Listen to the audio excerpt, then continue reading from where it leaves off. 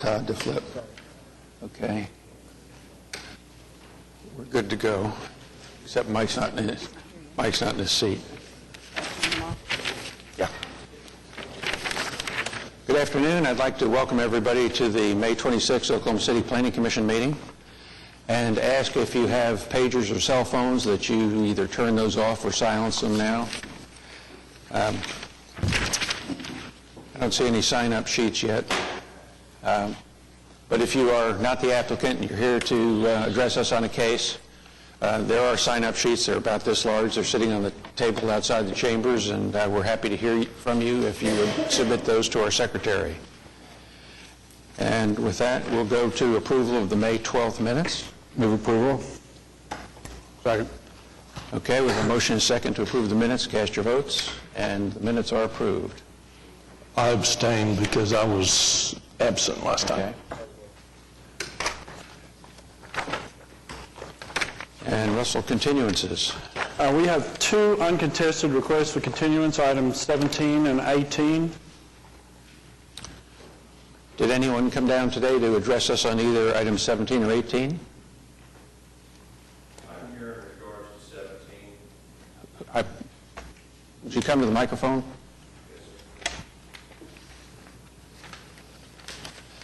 And if you give us your name and address, please. My name is Tracy Greggs. I'm here representing my mother, who lives at 3716 Northwest 62nd Street. She was unable to be here today due to major surgery about a week ago. She's still recovering from. William Comstock is representing us as our attorney, and he has requested a continuance. As of my conversation with him late last week, my understanding from him was that he was to get together with the folks that are requesting this rezoning, and they had failed up to that point to return his phone calls or correspondence. Well, the item is going to be continued, so that request that you wish will be taken care of. Okay, thank you very much. You're welcome. Y'all have a great day. You too. Okay, do we have a motion and a second to continue items 17 and 18? Sir, would you come here? If we're going to continue 17 and 18, I agree. Just before he leaves, this is the representative of the developer on that property. You all get together and exchange some information on that, please. Sorry, John, didn't mean to interrupt. Okay, we have a motion and a second to continue items 17 and 18. Cast your votes. And they are continued. Other continuance requests. There are four new requests for continuance. Item 6, which is CE 806, a request to continue until June the 9th.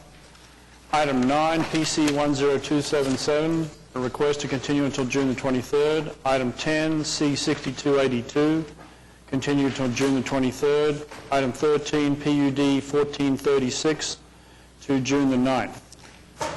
And same question with respect to items 6, 9, 10, and 13. Anyone come to talk to us about any of those items today? Okay. The additional continuance. Second. Okay, we have a motion and a second to continue items 6, 9, 10, and 13. Cast your votes. And they are continued. Are there any continuance requests from the public today? Hearing none, we'll go to items requiring separate vote. Item 1 is C6283, a final plat of Meadow Lake Farms in Ward 5. Good afternoon, David Todd Engineering. This is about 17 acres of single-family residential. About half of that is a pond. This connects to an existing single-family gated residential area. Want to mention that last meeting we had two protesters, if you recall. We have met with them. Mr. Williams was really just concerned about what we were building back there, and my client talked with him. Mr. Taylor is concerned about some drainage and some erosion issues that really aren't part of this application, but was part of a previous section. We met with him and Mr. Abuelo, who is a neighbor also, met with city staff. We have worked out what we're going to do to address that and what the city's going to do, so we have an agreement with them. So I just want to let you know we have met with those protesters that were here last time. As far as the staff report, TEs 1 and 2 we're fine with. 4, we will execute the affidavit that I was given, but we have that emergency access road in place. 5 has been taken care of. I think JJ can attest to that. We've provided that information on the housing distances. And TE3, we're asking for variance. Well, David, tell me, in the preliminary plat, you agreed to the connection you're now asking us to vary. Can you give us a little background? Yes, sir. That preliminary plat was done over 10 years ago. And if you recall, this subdivision was kind of the poster child when the Corps of Engineers decided that we're not taking out ponds anymore. And that 111th goes right through another pond. My client spent a lot of money and a lot of time and a lot of grief working with the Corps to get the pond that we have into the condition that they would accept. And at that time, when we were working on that, they pretty much told him, don't even think about taking out that other pond. And as you can see, that odd-shaped object there is where the other pond is, and that's where 111th was originally intended to go out to Western.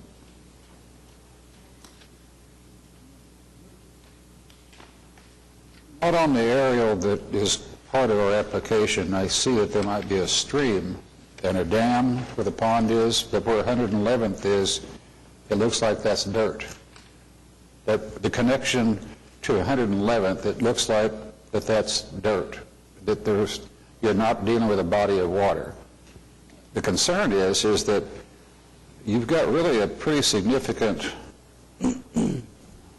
non-escape route if you don't have that connection in there, and I'm curious to hear from the fire department before I'm ready to vote for this variance about whether or not the emergency access road is okay, and whether or not, by not connecting 111th, as you said you were going to a long time ago, impairs fire trucks from getting in and out of what our subdivision regulations state. There has to be 2 ways to get out, and you're giving, there's no way from that point clear around or no, so I have concerns. So Fred, I'd like to hear from you guys. Good afternoon.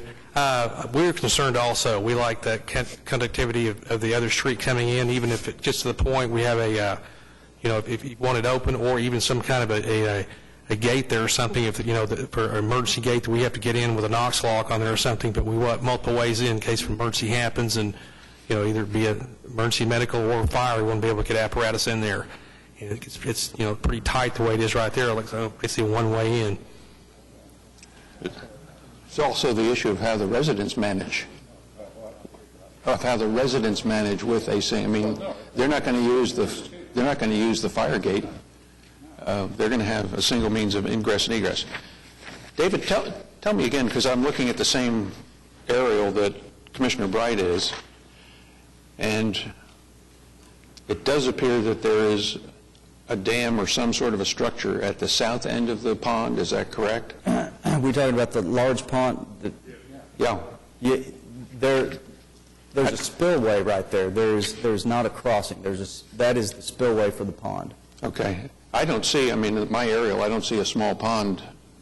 What is the little structure, I guess? You see the little thing like a building? That's the spillway, I think. That's the spillway itself? Yes, sir. Okay. So the connection is below that spillway over the kind of the overflow stream? Right. Okay. So what is the challenge of making that connection again? It's not taking a pond out. Well, the connection to go all the way to Western, if that were extended out, there's another pond there on the right side of that screen that we'd have to go through to get to Western. I'm not trying to suggest you're going to go all the way to Western on this variance point, but if you don't want to, I'm going to put this in quotes, I'm not suggesting you build a formal bridge, but if you don't want to bridge apart across that soft area to connect to 111th, what about taking your Meadow Lake Drive and just running it a different direction? Remember that this section that we're doing right now is a gated private street community, and the rest of that is public street open subdivision.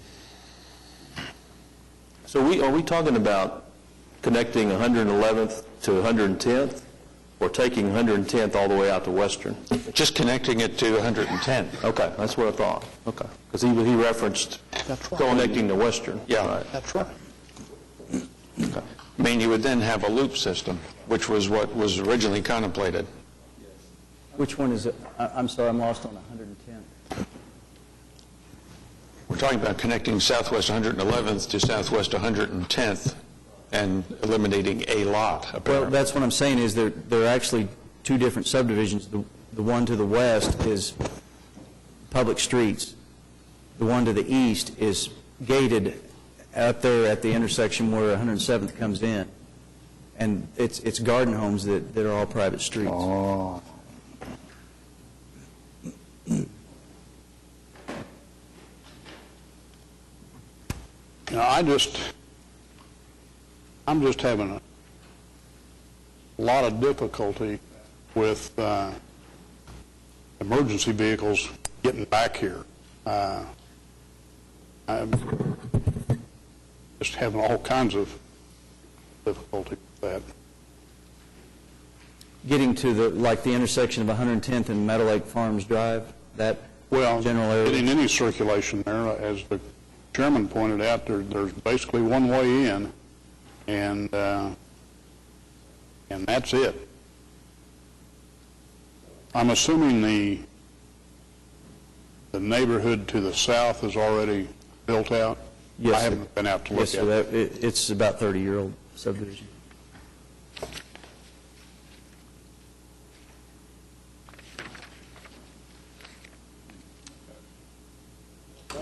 David, there's only one way in though right now to the gated part of this. That's correct. There's one way in. There's one way that comes off 107th, and then we have the emergency access drive also.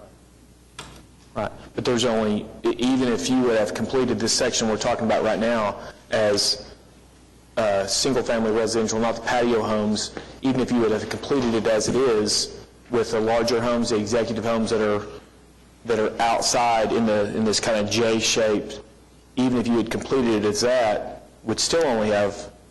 That's correct, and it would have actually lengthened the Katy Beth and 111th as it comes around, because we can't go through that pond. Right. So yes, it would have limited that and lengthened the distance around there.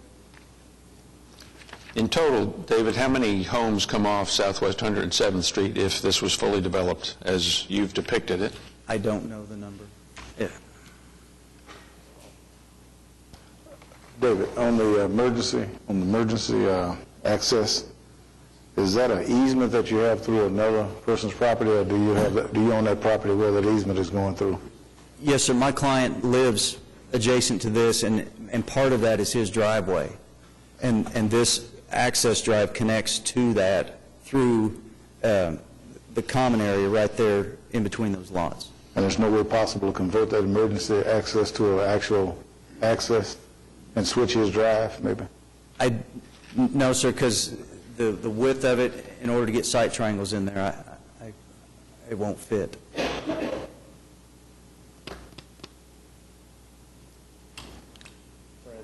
Fred, again, explain to me your concern about this. Is it for the larger executive homes, which make the J down 107th, Katy Beth, that area, or the smaller homes in the area that were the subject area? Well, I'm not looking at the size of the homes. I'm just looking at egress as far as getting, an engine or an ambulance in there, because, it's... But you can get your ambulance or a fire engine in there in the existing patio homes, right? I haven't been out there, so I can't answer that question. I just know that I'm sitting there looking at this, and to me, it would make more sense, as an easier fix, if you come off of Southwest 111th, and you came in that way, and if they want to keep it a gated community, we do some kind of a, automatic sliding crash gate there. Right, even though it would be a longer way around. Well, no, it'd still be a secondary way. You're going to be coming in off of, what is that? What is that ridge road? Silo Ridge? Silo Ridge. You have an entranceway there and a secondary entrance off 111th. I'm not really seeing, you know, and trying to help the client out too as far as costs about running that egress road across, emergency egress road across there, you know, what's the consistency going to be? Is it going to hold up and everything else along? That's quite a bit of road. And I realize, you know, you're probably talking about losing lot 12 over there off 110th, but that way we would have two ways in there, and you could, you know, and then catch any future, if they're, you know, where the secondary pond is, if they're going to do any future construction over there, then make that connection off of Western at a later time. David, have you looked at the other possibility of maybe taking Southwest 108th Terrace and extending it west into this area? Yes, sir, we looked at bringing a street that way, but right now there's a house on it. There's a house on lots 4, 5, and 6, I believe. Well, I'll bite. How about 7? Again, we run into some issues with being able to get site triangles in there because these lots being garden homes, they're only 50 feet wide to begin with. So when we add the site triangles, it gets into other people's properties. Thank you.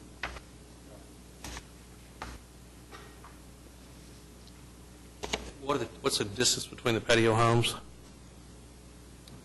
10 feet, you know. I'm concerned about that too. Now, if they're smaller together, and I have a, you know, But I mean, that's the standard side setback. I agree. But I'm just, Even a 10,000 square foot house can be 5 feet from the property line.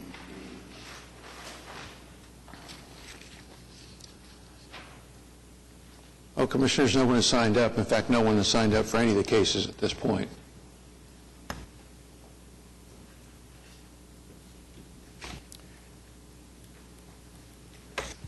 I don't guess adding a cul-de-sac there on 111th Street on that west side helps. I mean, it doesn't help with your connectivity that you're talking about.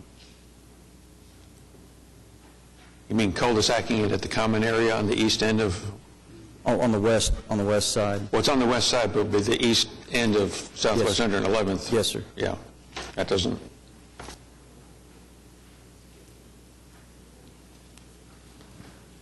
Well, Commissioners, action of some sort? Well, okay, I'm going to vote no if anybody says I move approval of the variance. Well, are you going to make I a don't motion? know what my motion would be, is that the application itself, I suppose my motion would be I move to deny the application as it's currently... The TE. As to... The variance to E3 would be your Right. motion. That's exactly what I meant. What kind of material is the emergency access made of now? It's asphalt. It's asphalt? Yes, sir. How wide is it? 22 feet. 22 feet. Is that plenty for you to get 2 vehicles by it? minimum's 20 foot for a fire lane, but as far as the consistency, it would have to meet federal highway standards at 75,000 pounds, you know, the what it would be as far as getting a rig on there. And that's, you know, we would have to, you know, maintain that. Does it meet that? Yes, sir.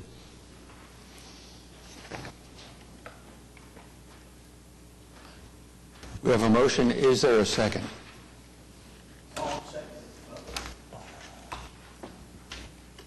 Okay. We have a motion and a second. Any further discussion? Motion is to deny the variance to TE3.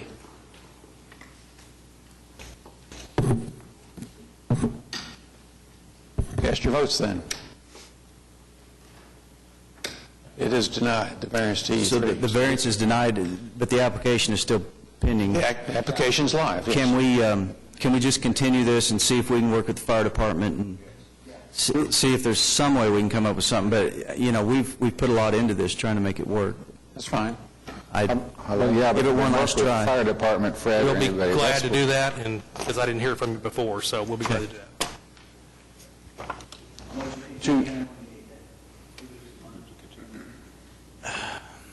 Let's 2 weeks. To our first June meeting then? I think it's June 10th, is that right? Second. June 9th? Okay. We have a motion and a second to continue item 1 to June 9th. Cast your votes. And Okay, let's thanks. continue. Thank you.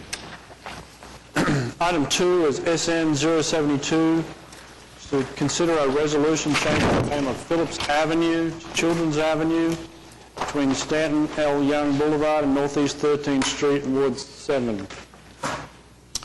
Applicants here, I'd like to come to the podium. If you give us your name and address, please, and Sure. I'm Kevin Gates. I'm with the state agency, the University Hospital Authority and Trust. I'm coming on behalf of the Children's Hospital, the Children's Physicians Clinics, and we are the only entity on this street that would be affected by this street name change. And as I mentioned earlier, Commissioners, no one has signed up for any of the cases today at this point. I move approval of the application as submitted. Second. We have a motion and a second to approve item 2. Cast your votes, and you're approved. Thank you. Thank you. Item 3 is SPUD 610, an application by Cross Tie Advertising to rezone 11712 North Service Road I-35 from C3 to the SPUD 610 in Ward 7. Mr. Chairman, Dennis Fox. I filed with the staff and sent each of you a copy of what Mr. Borelli was able to obtain from the state of Oklahoma.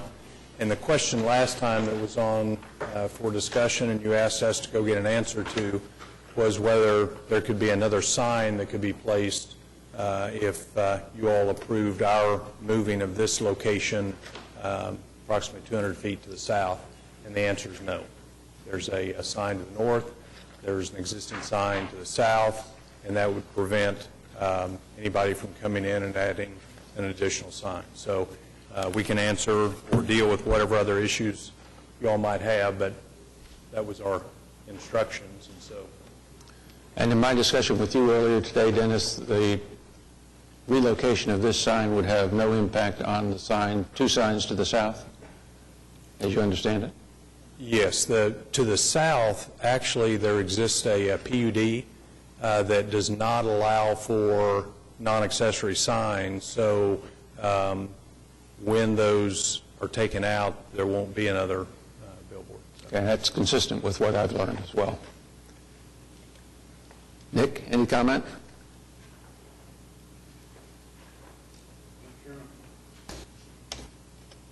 It appears to me that this gives us an opportunity to move this one sign, know what we're getting, one that's there,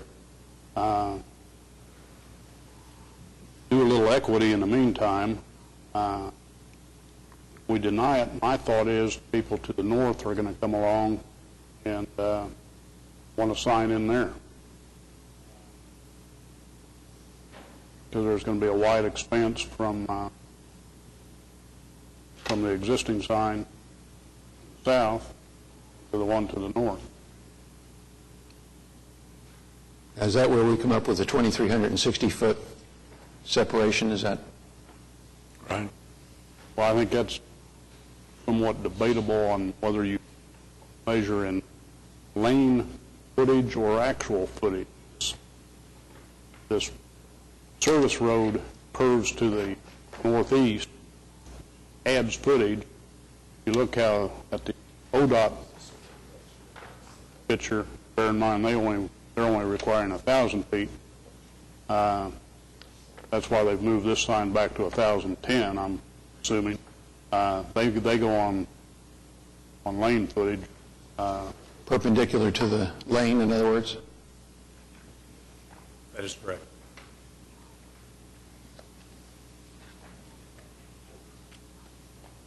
As an aside, either Russell or JJ, does our ordinance specify that it's perpendicular to the lane, that's how we measure, or is that simply our practice?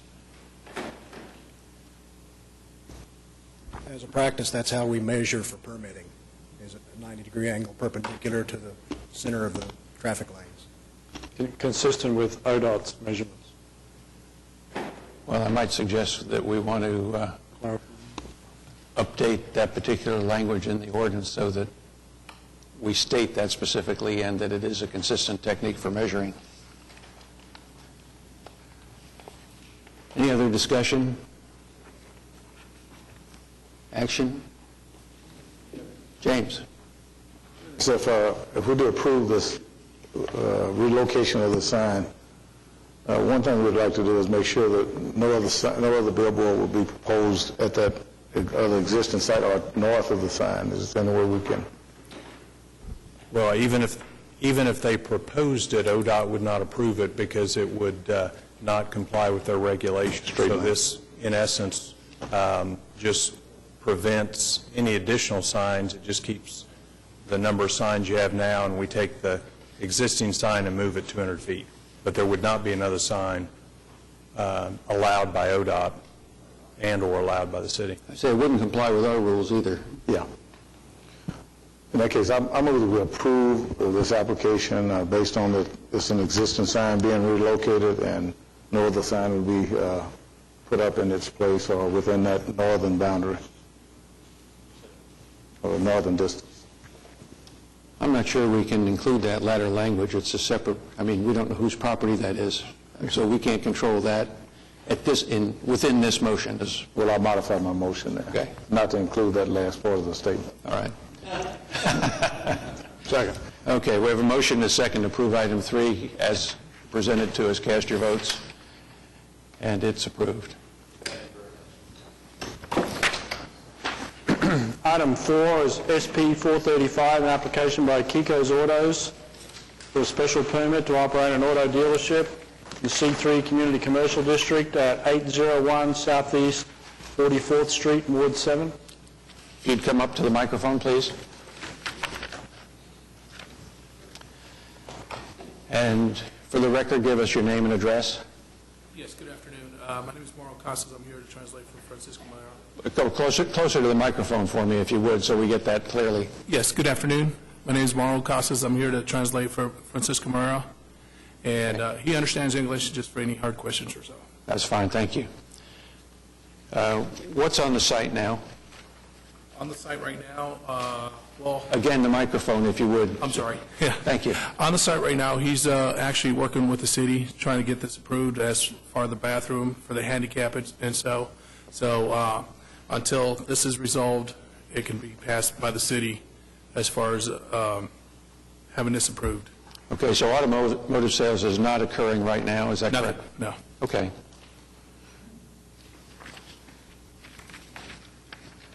And have you read the staff report and what we call technical evaluations, which would be,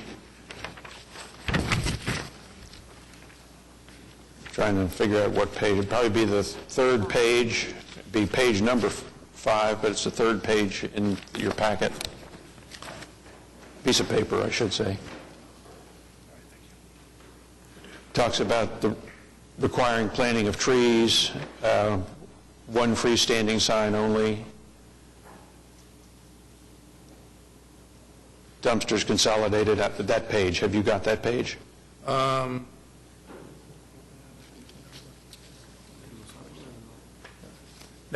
Let me hand you my report, or my page, so that you can see what I'm talking about. Oh, okay. Just...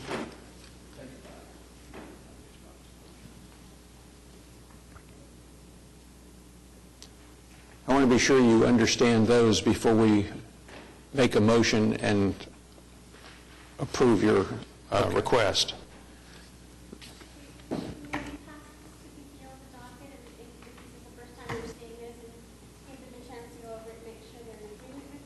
That's a good idea. Yeah, do you want to do that? We'll just put your item aside for a few minutes, hear the other cases while you have a chance to review that page. Sure. And then we'll take your case up again. All right, thank you. Okay. Item 5 Thanks, is... Janice. Thank you. Item 5 is CE 805, an application by Arcadia Farm and the Oklahoma Publishing Company to close a portion of Northwest 82nd Street and Northeast 82nd Street between Broadway Extension and North Central Avenue, Ward 7. Members of the Commission, I'm John Swinford, and I represent Arcadia Farms and Bubco, the applicants in this matter. Be happy to discuss anything that's not already before you in writing. Commissioners? Move approval. We have a motion and second to approve item 5. Cast your votes. And you're approved. Thank you. Thank you. Item 6 has been continued. Item 7 is SPUD 609, an application by Apex Investment Partners to rezone 9000 West Britain from PUD 1112 to SPUD 609, Ward 1. Good afternoon. My name is Chris Gray with Craft and Toll, representing the application. There were no TEs provided with our staff report. We request your consideration for approval. I got some questions. As I read through the application, a couple of things occurred to me. What is you have 4 buildings on this property? 1, 2, 3, 4, 5 buildings now? Yes, sir. If I look at your back drawing, okay, and so the building here that says 1,648 square feet, right? Yes, sir. All right. For example, there's 3 of those. And then the height restrictions on these are per regulations, right? Yes, sir. So what are you planning on building on here? What are they going to look like? These are townhomes. They'll be 2-story townhomes. Okay, so 2-story townhomes, and you're going to have how many townhomes in that 1,648 square foot building? There'll be 3. And they're up, down? Yes, sir. Okay, so that's 200 square feet? I mean, look, are they 1,648 square feet per unit? No, sir. The square footage shown there represents the footprint. The footprint of the building. Yes, okay. sir. So they're upstairs, downstairs townhomes that have about 200, they have maximum 550 square feet in each one divided by 3. Take 1,648 divided by... No, twice. Yes, twice. We've got a second Twice, floor. 1,648 each. So it's they got about 1,300 square They're about 1,000 square feet. About 1,100 or so. Per building. I mean, per unit. Roughly. Right? Okay. All right. Apparently, the built square footage of the 5 buildings is roughly 18,600 square feet. Am I correct in reading it that way? Mr. Gray? Your drawing didn't help your application, FYI, quite frankly, because my concern was that you were building 550 square foot units, and I was like, that was not going to happen. At least I couldn't support it. Let me put it that way.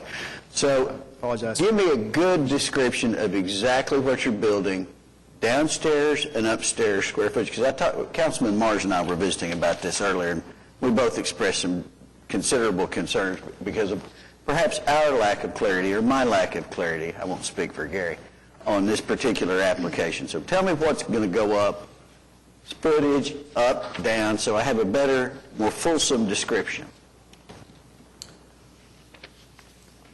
I'll do my best. Now, I'll do my best. you're the applicant, so let's hope you know what you're doing. The intent is that each of the buildings will have the units as they're subdivided, and they're looking at 2-bedroom units, the common space downstairs and the bedroom upstairs. Okay. Windows facing towards residential lot lines are frosted, opaque.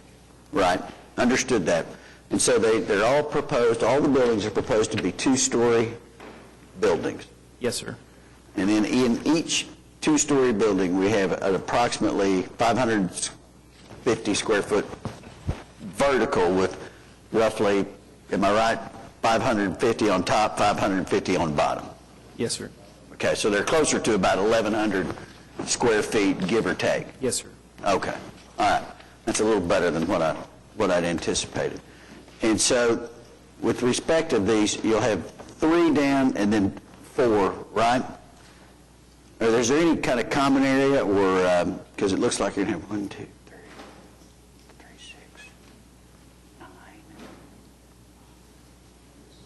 9 and 8, 17 units. It's now 17 units. It was 20, so it's now 17 units, right? Yes, sir. We did modify the application and reduce the units to 17 to create some more centrally located common space. In the open area that you see on the western boundary in the middle, that is the common area. Okay, so what are we going to, what goes in the common area? How big is that? Roughly.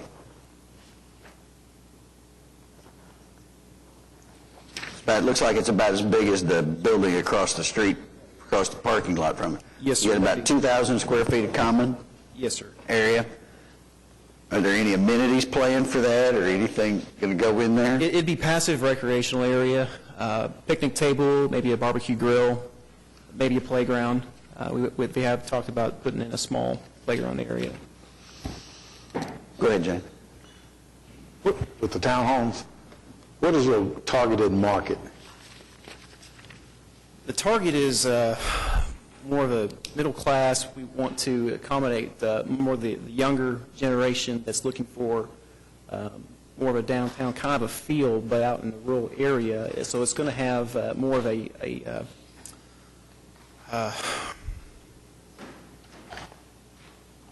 going back to the word I'm looking for, contemporary look, more attractive look to the younger market. This is not going to be a low-end project. They want to do this nice, put the money in landscaping and finishes for the buildings. I ask that because I'm concerned if it's a younger generation, if they have families, that's kind of the challenge of seeing, because we see it's not a lot of backyard and front yard. So where would the children, if it's a younger generation, we kind of understand that some of the younger generation don't care about cutting yards, but if they have children, they have play areas and outside areas, and Yes, sir. I think that's what we're focusing on with the limited amount of private access to a yard. Then we need some kind of clarification of how you're going to accommodate for those children or activity and more than just passive activities, but if they want to throw a ball, whatever.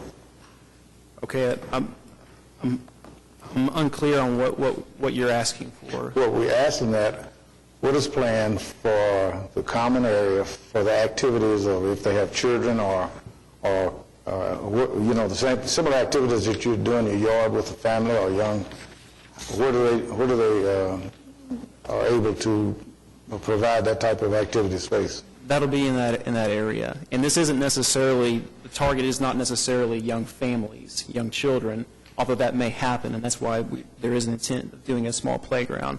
This is more individuals who just graduated from college and they're single.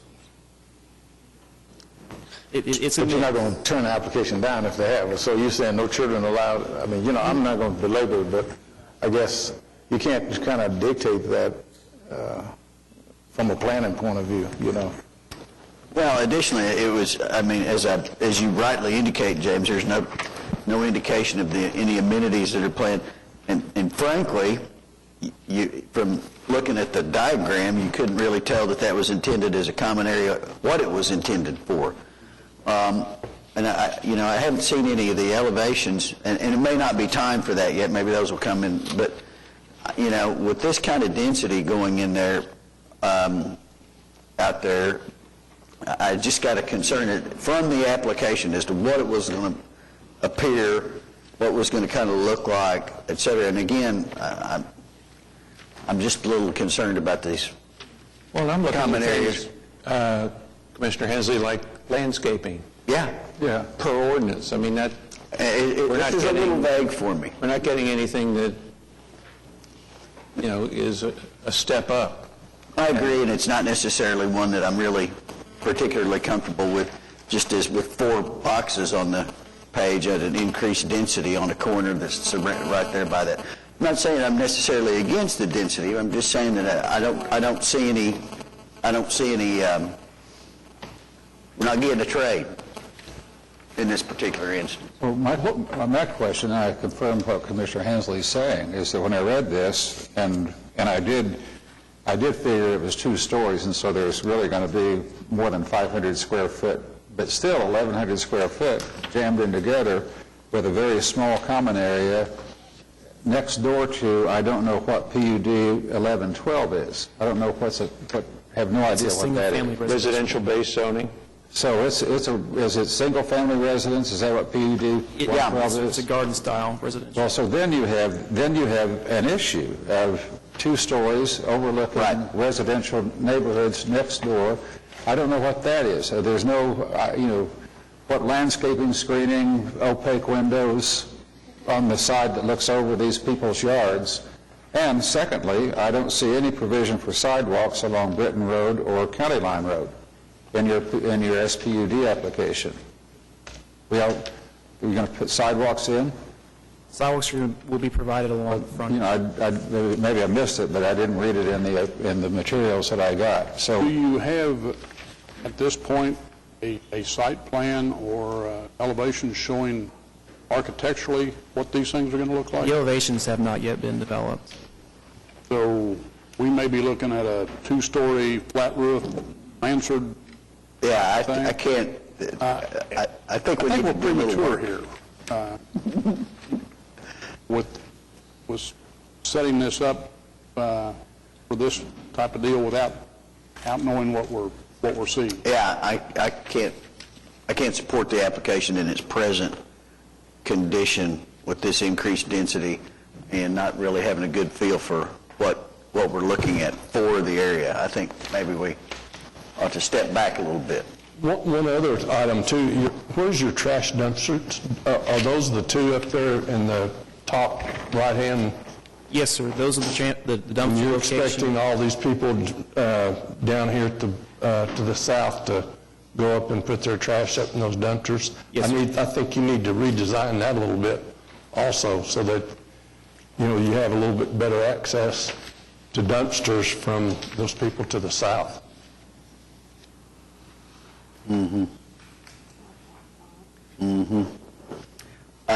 I feel like there's obviously there's some questions here that you guys are not comfortable with. If you would allow me 2 weeks, I can get some answers to these questions. Certainly. Fill in the blanks. If I understand correctly, you guys would like to see a landscape plan showing the landscaping that's proposed, A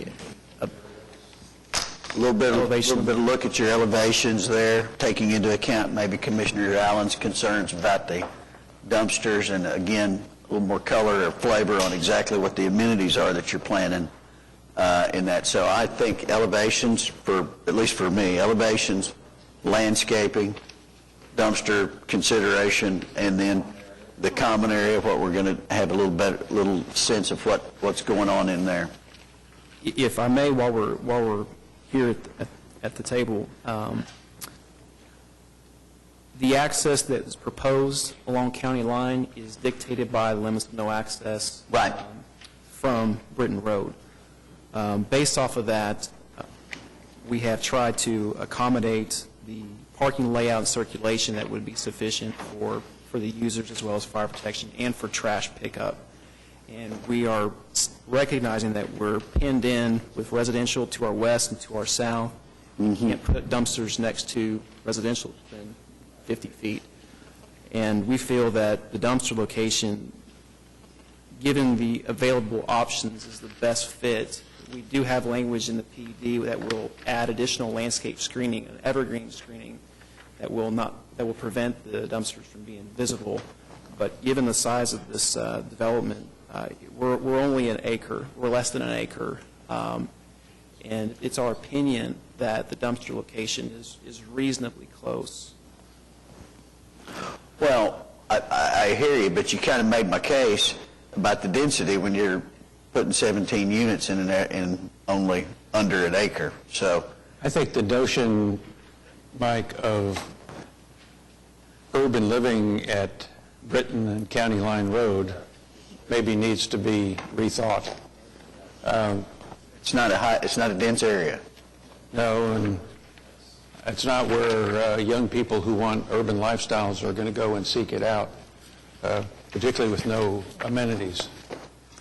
Well, I'm certainly willing to give the applicant a couple of weeks if the rest of the commission. Oh, I am too, we but can I'm just get another look. hearing a lot of concerns here, not just one or two, about the fundamental notion as well as the execution. Right. June 9th? That enough time for you? That's the next meeting. That'll be fine. Or June 23rd, our second meeting in June. You may want 4 weeks, not 2. June 9, 2 weeks from now, it really only gives them a week. Yeah, to get everything in before. Got a holiday, too. I think you might want to take June 23rd, give you enough time to sit down with your client. And I'm happy to sit with you and meet with you between now and that time, as certainly most of the other commissioners would be. So. Okay? So motion continued June 23rd. Second. Okay, we have a motion and a second to continue item 7 to June 23rd. Cast your votes, and it's continued. Thank you. Item 8 is C-6286, which is a final plat of Westgate at Wilshire Hills 2, located north of Wilshire Boulevard, east of County Line Road, Ward 1. Good afternoon. Kendall Dillon with Craft & Toll, representing the applicant. We are in agreement with all staff's recommendations and ask for your approval. I just have an editorial on this, again, for garage fronts, with all the work that we did on that committee and what we did. And once again, I'm seeing the developer has also agreed to plant trees in the front yard of all lots where the garage extends beyond the front wall of the residence, without any indication at all that you've read what we let the committee put together.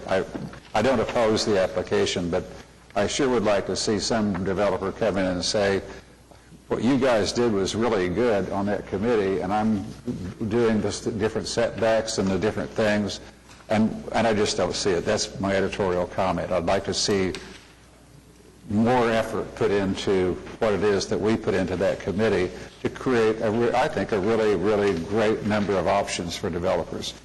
That's my comment. Sure, I understand. No. No. This is, obviously, we're down to just about the last section in an approved preliminary plat. We've made the concessions along the way to do the trees. We feel like the trees work, and we'd like to continue this one with our plan and finish it up. I do understand the concern for what is. Yeah. If not your response.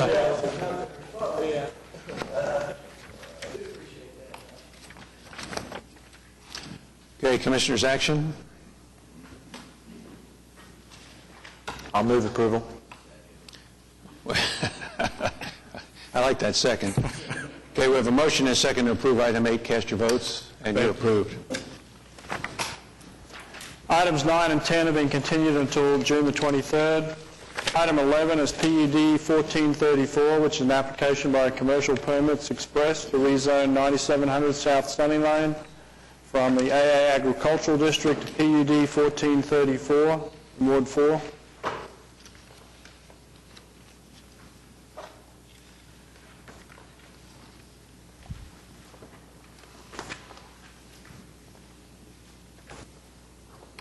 Good afternoon, Commissioners. Dean Dyes with Commercial Permits Express, here to represent the applicant. And basically, and I'm sure you're well aware of it, we continued this because of adding 2 new uses, but we've also, I guess, eliminated one because we've said that there will be no auctions permitted. Other than that, it's the same application as what we had before. Mr. Allen? Explain to the rest of the commissioners, Dean, the process that you've gone through since this application was submitted, a couple of months ago? You mean since we asked for the continuance? Yes. Basically, or right before we asked for the continuance, I found out that there had been a realtor that had proposed a contract to the owner, so the property has been sold. So the purpose for the continuance and the new uses was to satisfy the prospective buyer. At that point, I did try to go back, contact the neighbors and that type of thing, called them numerous times, offered to get together, and never got a response. I sent them a copy of the site plan that was revised, showing where they're going to do their impound yard and that type of thing, and still have not received any response after making probably 3 or 4 attempts. So they're well aware of what we're doing. But you have had conversation with them on the phone? Yes, sir. Or via email? Yes, sir. Okay, and the lady that was here originally when this thing was, I think, continued, she is no longer here? The lady that lives directly to the east? The lady that lives directly to the east is the one I speak with. She is the voice piece for all 3 of the ladies. Okay, and then since then, you've added a 100-foot buffer. We agreed to do that originally and back in the beginning, too, on the other application. Okay, so that kind of satisfied her? Yes, that she was would be fine with that. Sufficient? And then I explained to her just recently, well, I guess it was Tuesday of this week, I explained to her, after I sent her a copy of the drawing, I explained to her that there would be a site-proof fence all the way around the yard. Okay. And when you say all the way around, what do you mean by all the way around? The south, It'll be on the east? the east side, the north side, the south side. Okay. And that's only our requirement is a 6-foot fence, is that correct? Yes, sir, according to Okay. city. Would you be opposed to an 8-foot fence? Think about that. Yeah. And maybe this is to the staff. How are we going to control that buffer? JJ, how can that be controlled? It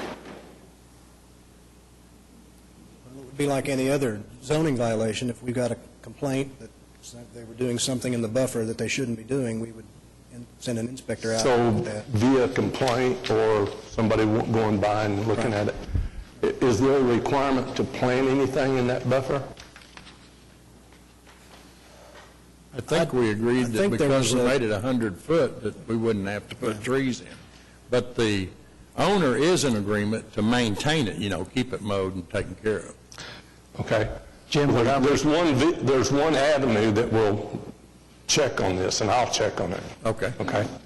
Because I go by there pretty frequently, so. Jim, if I'm not mistaken, it says that a 100-foot wide landscape buffer shall be provided, including either a minimum of 9 landscaping points installed for every 25 linear feet or 3-inch caliper trees spaced at 25-foot centers. Now, also elsewhere in here, when it talks about screening, says site-proof screening will not be required. I saw that. That's in the PUD. Yeah. I don't see a TE that requires it. Right, I understand that. That was going to be my next, okay, that's the reason why I asked what I did about the fence. And then I'd ask about fence materials, because we're talking about buffering industrial from residential, and I don't think the residents would want to see a corrugated metal fence wrap around the back of their property. Yeah. What would be that requirement, JJ? The impound lot use itself requires site-proof screening, but it could be any form of site-proof, I think it's wood, metal, masonry. One question about JJ's. Yeah. And can I ask a question? When we originally approved this PUD March 10th, is that right? That was longer ago than that. Wasn't there some discussion about the fact that it was not going to be, auto storage, impound, and wasn't the use that we're now looking to amend it to include the very thing that was sort of the reason that we decided, it would be okay because it's not going to be that? Or did I just dream that? Does anybody else have that recollection? No, I don't. As far as I know, we never discussed auto. We were talking about equipment and stuff, Storage in the cars, with an 8-foot fence, I don't have any problem with that, and that buffer back there, so. Well, if we do the 8-foot fence, do we have to do the trees as well?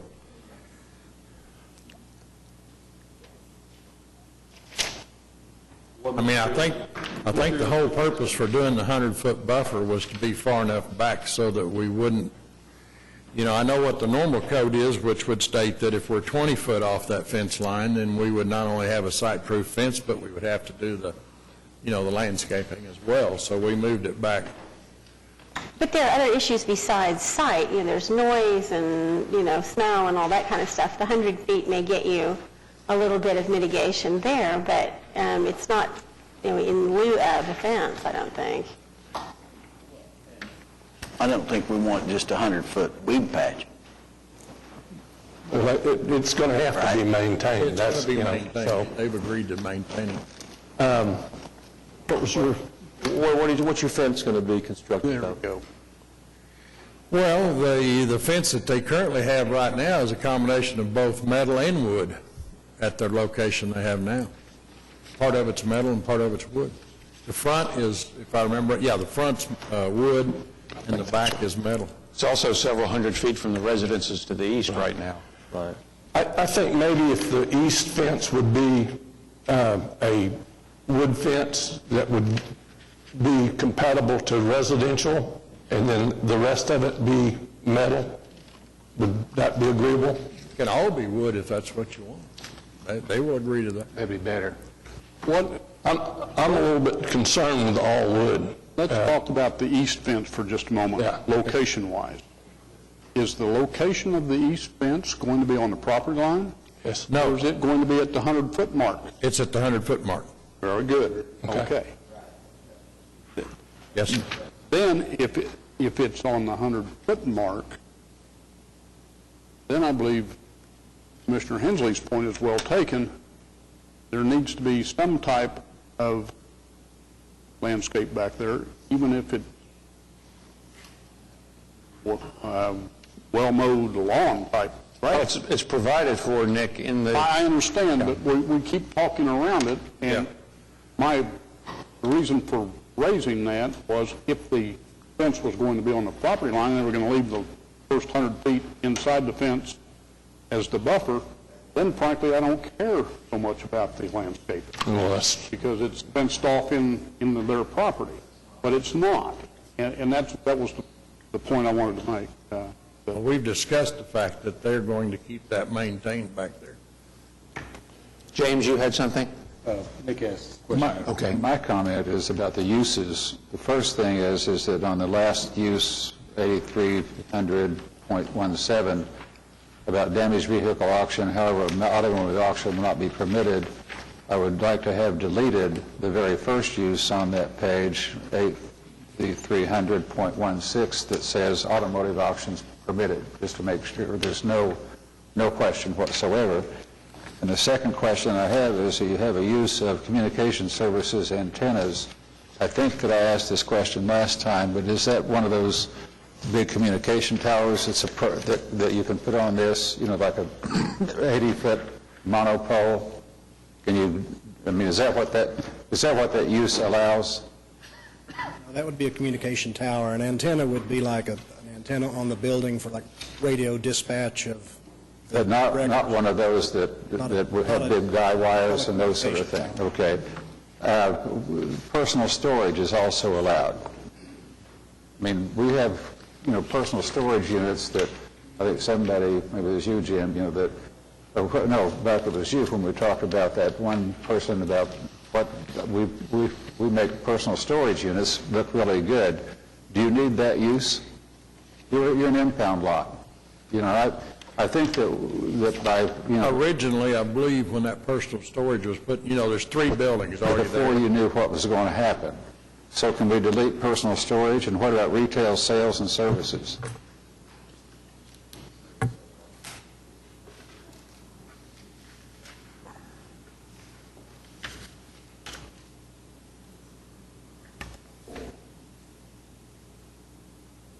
I know the intended use has now been defined, at least for part of this, as an impound. They were but it's not that long ago that we approved this PUD with all these uses in it, found them to be proper. That's right. Now, again, I understand we're refining it that his immediate intention is for the impound yard, but how all of a sudden do these become improper? And what kind of has... If they want to do something different, they come back in and say, I'm going to do something different. But we've already said these were proper use for this not long ago. And part of what's kind of bothering me about this application, and it kind of bothered me the first time we heard it, is Sunny Lane has traditionally been what it is, an industrial, agricultural strip. The houses to the east, if you will, really encroached onto these industrial uses. Right. And now we're doing a flip-flop all of a sudden. After I don't remember when we approved this, but I remember the application when we heard it the last time. And now I don't know, maybe we're second-guessing ourselves or not. But I appreciate that he now has an additional use he wants to put it, but the additional use is of a higher intensity than some of these that we're now asking to take out, Bob, and I'm having trouble with reconciling.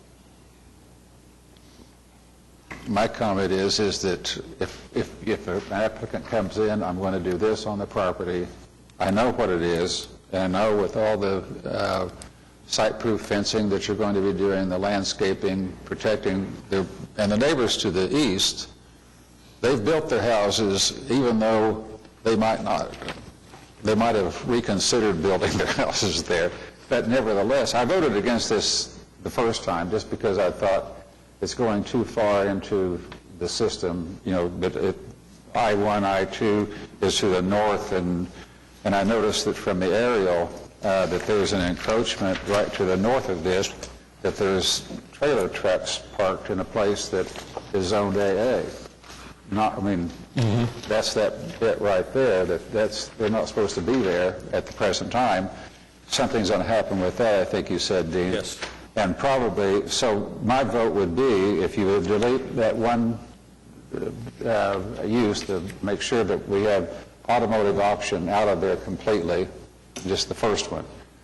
I have a bit of concern about personal storage, retail sales. It's a minor concern that I'm not going to vote against this application because they're there if you don't agree to take them out. But with the landscaping, the site-proof fencing that's on the other side of the 100-foot strip, I think if you take out that automotive auction, I'll concede, Nick, to what you were saying about the uses. And with that, I would move approval. I'll second. Before we vote on that, That's a U-turn. What? That's a U-turn? Yeah, well, it was. the other thing that I remembered, or thought I remembered anyway, as I was reading through this, had to do with, outdoor intercom or outdoor speakers, that kind of thing. And it seems to me that there was some discussion about that the last time, and agreement that it would be limited or not used on the property, or have I just dreamed all this?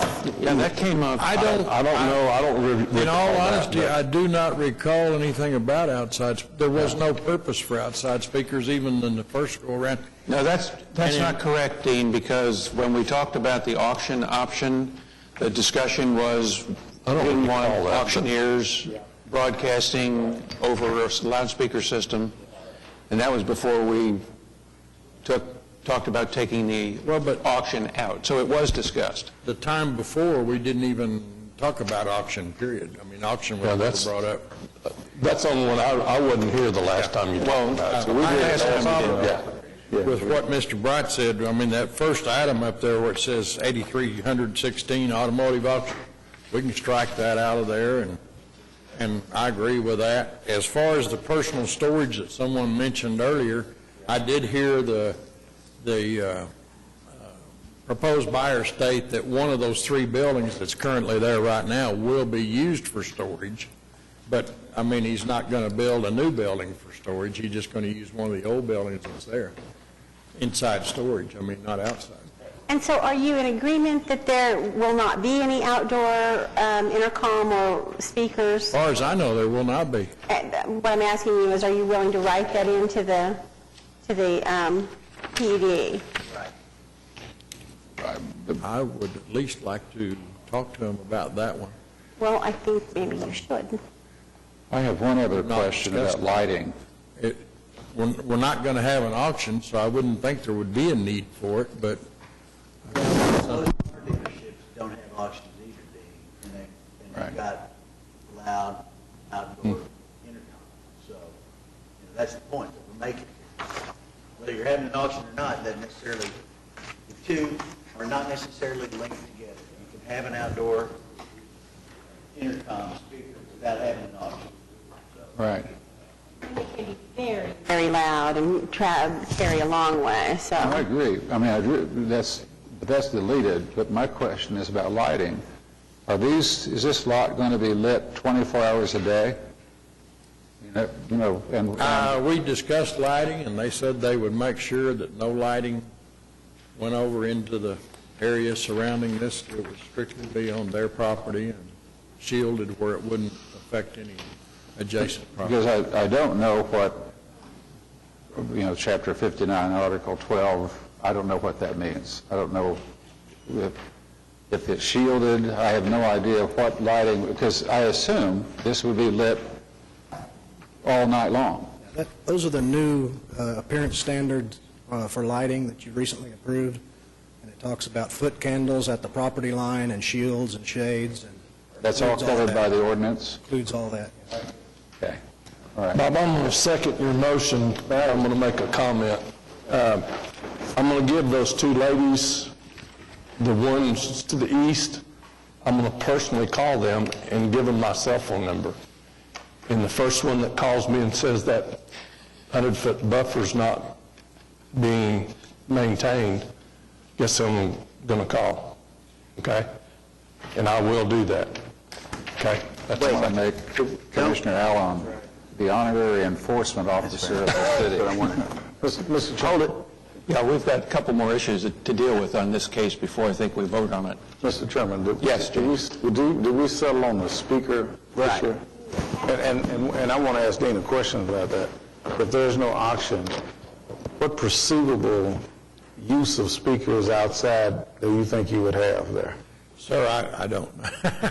I don't know how they operate that business. I mean, I've discussed all these points with them, and even discussed the auction part, but we never got into any speakers to speak of. I think we need to have some kind of clarification. I wouldn't think there would be a need, but I don't know. They can do it with two-way radios, and a lot of them are doing that now, so, yeah. I mean, I can understand two-way, that's why I asked what would be the use, but he has to answer that for us, though. Their trucks all have the radios in them. Would it be possible for you to answer that question if we pass this to the end of the docket? Or will you want to continue? Before we vote on it, I would really like to know the answer to this All I question. can do is attempt to try. Let's do that. Can we do that, Mr. Chairman? That's fine. I'd also like a description of the fence, where it's going to go, and the material, because we've had a sort of a rambling discussion about it, but... Well, I thought we agreed a minute ago to have a site-proof wood fence all the way around on three sides. Well, it'd actually be four sides. Yeah, he said that. I don't have a problem with a metal fence with that 100-foot buffer back there.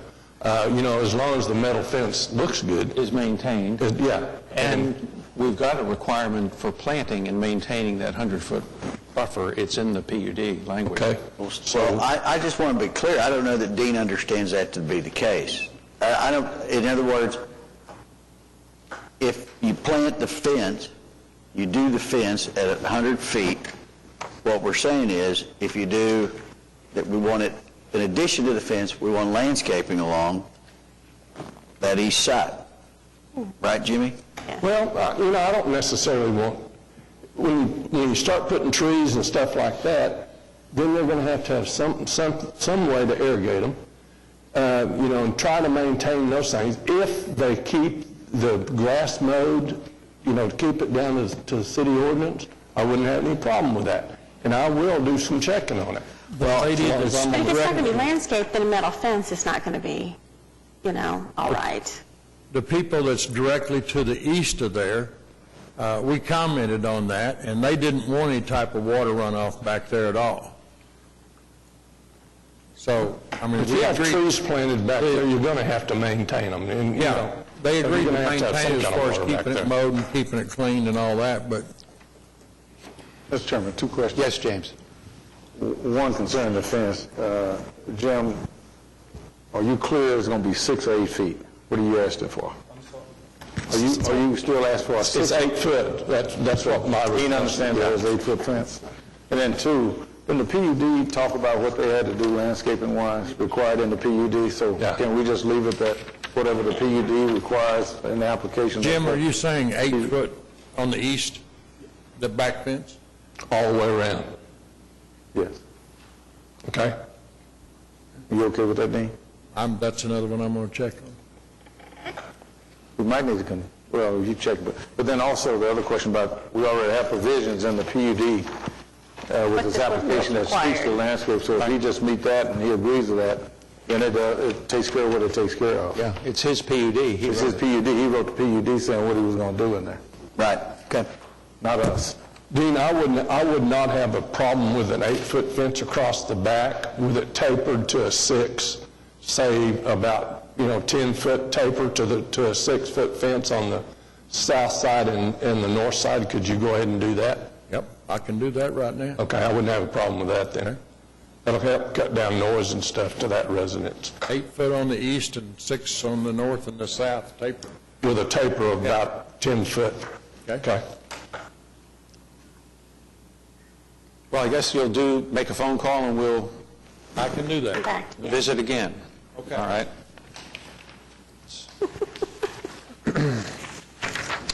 Moving on to item 12, which is C-5286, an extension of the preliminary plat of Equine Haven in Ward 4.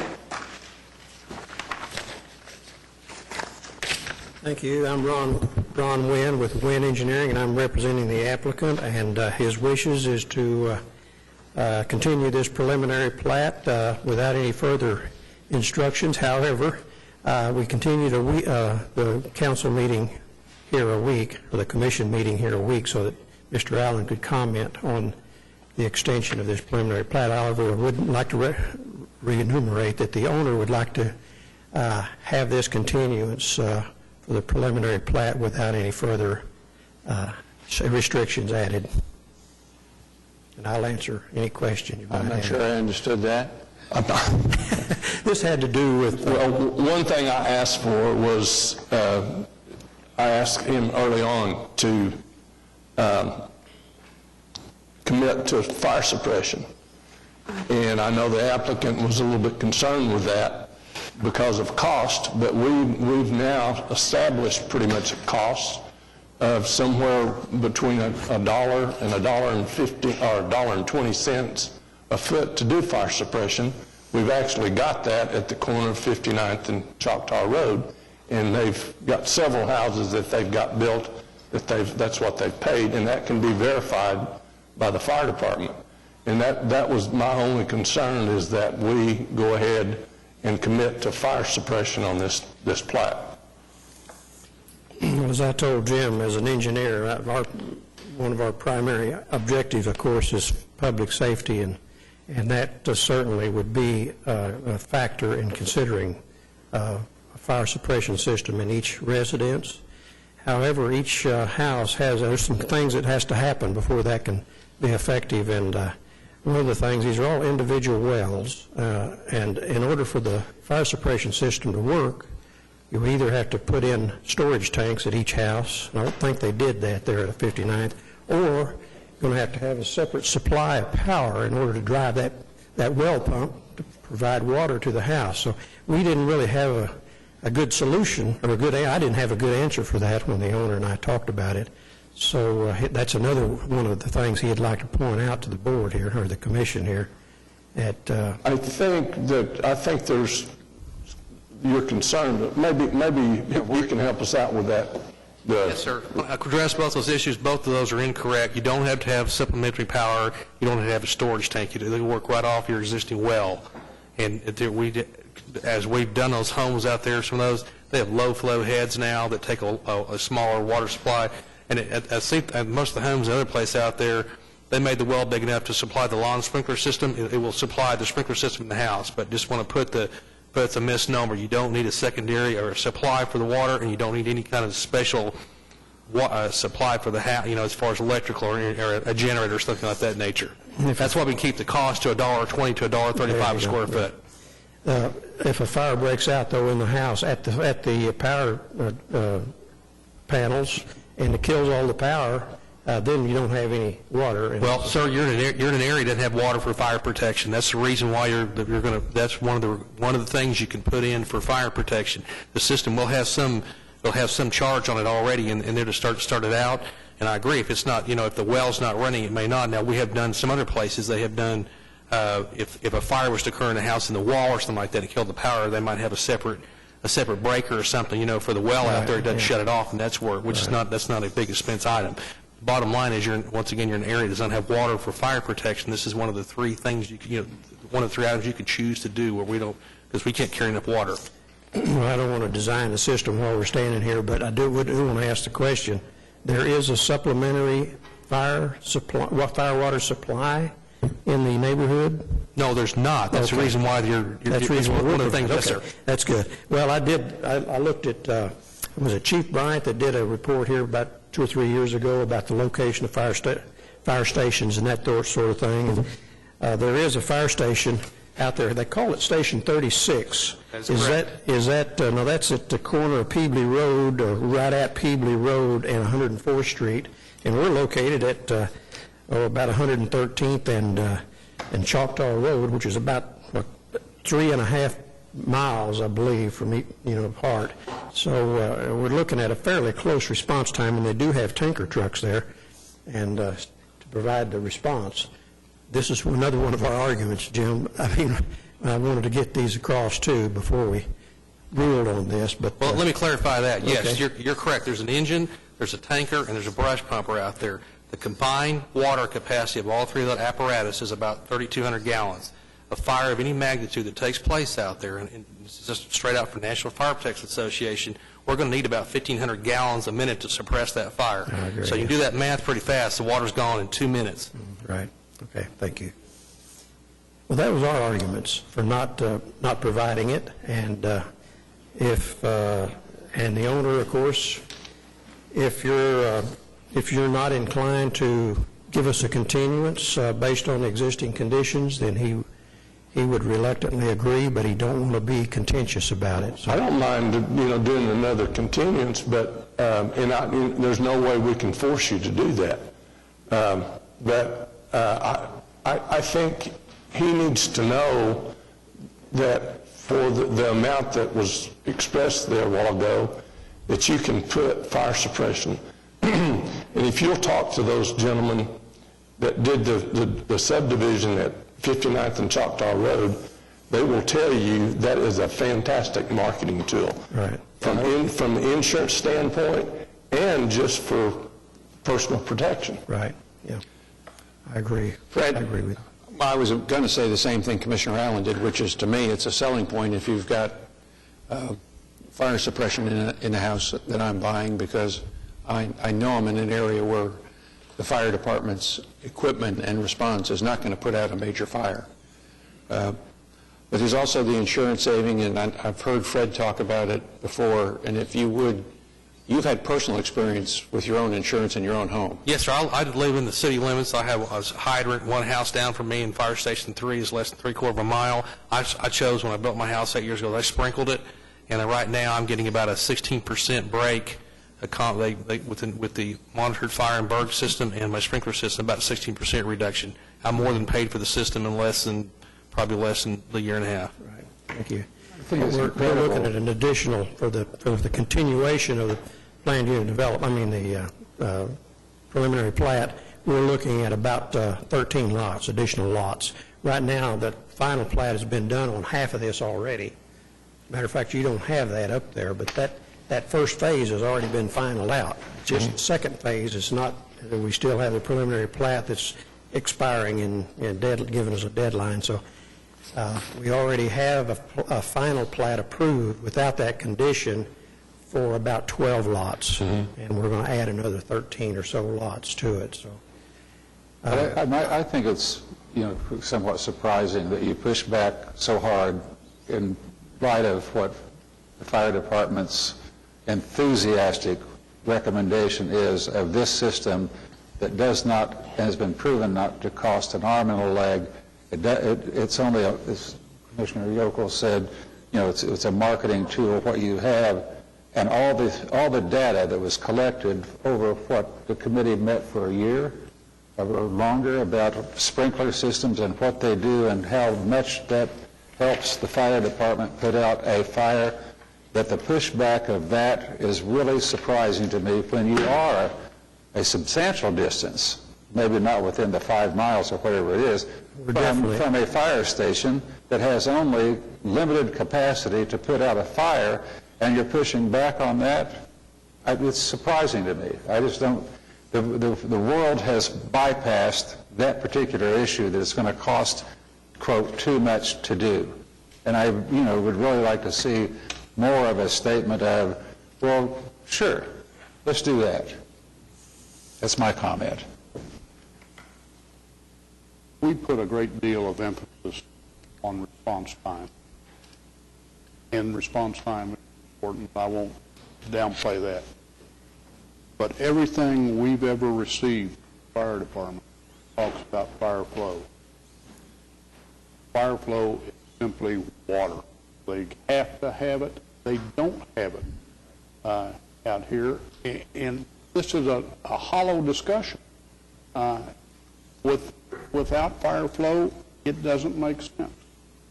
If the final plat before is done, it's done. It's behind us. This one's in front of us, and I can't go without some type of resolution to it. It's a public safety issue that just, as you said, Bob, we're beyond that. I think you're hearing. So, would you like to continue and talk again, or? No, I wasn't talking about continuing our hearing. I was talking about continuing the final plat so that we can, the preliminary plat, so that we can continue to work on the final plat. Isn't that what we're here for, to extend the deadline? And Yes. if we can extend the deadline on it and put that restriction in there, the owner will, like I say, he'd be reluctant, but I've already talked to him at length about it, and I told him I'd make these arguments. And In that case, I think you're in agreement. The original 12 lots are probably going to have sprinkler envy, but that's okay. Well, I'm not saying he won't do that in the first edition. I think these arguments are good, and I'll make that argument back to him, especially with the fire department. Okay, so what we need is a motion to approve item 12, adding a requirement that the property covered by this will include sprinklered residence, however you want to word it. Second. Okay, we have a motion and a second to approve item 12 as amended. Cast your votes. And it's Thank you very much. Item 13 has been continued until June the 9th. Item 14 is PUD 1438, an application by Kennel Partners to rezone 1717 East Hefner from R1 to PUD, Ward 7. Good afternoon. David Box, 522 Colcord Drive. Also with me is Jonathan Pittman, who will be the developer of the property, and Amber Tucker, who will be the day-to-day operational manager of the property. Our PUD is located at 1717 East Hefner Road, and currently the subject property is zoned AA. What we're doing in our PUD is keeping the underlying zoning as AA, and then adding 2 uses to allow kennel, daycare, doggy daycare, boarding facility. Before we filed this, there's a church directly to the east. We sat down and had multiple meetings with the church folks, and we wanted to address all issues prior to filing. During those meetings, the pastor took it upon himself to go to the various facilities around the city that will have similar operations to ours, and came away with that. What he did was he talked to the neighbors of these facilities, and he came away with no negatives from any of the neighbors to facilities that had buildings closer than we're going to be. So the church has decided not to protest. To the west of our property, there's a home who would be the most impacted, and in your packet you'll see a letter of support from that individual.